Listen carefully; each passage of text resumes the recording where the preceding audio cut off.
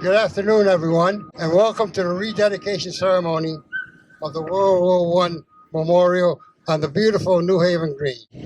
Oh, say, can you see by the dawn's early light what so proudly we hailed at the twilight's last gleaming, whose broad stripes and bright stars through the perilous fight, oh, the ramparts we watched were so gallantly streaming, and the rockets red blue, the bombs bursting in air, gave proof through the night that our flag was still there.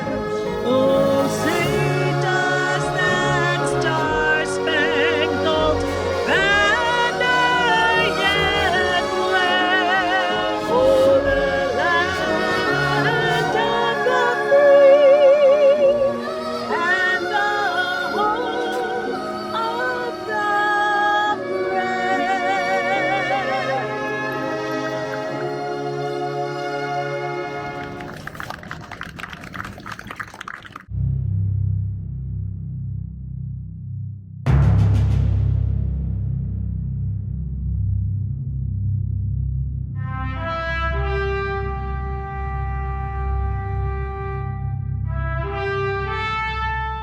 According to the American Battlefield Monuments Commission, 67,000 service members from Connecticut served in the armed forces during World War I.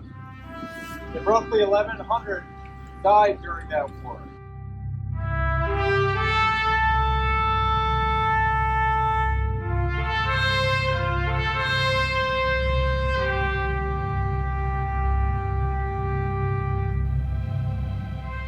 The 26th Infantry Yankee Division saw 77% of its members killed or wounded during the war. Nobody that spent that summer drilling at Camp Yale or right here on the New Haven Green could have imagined this march.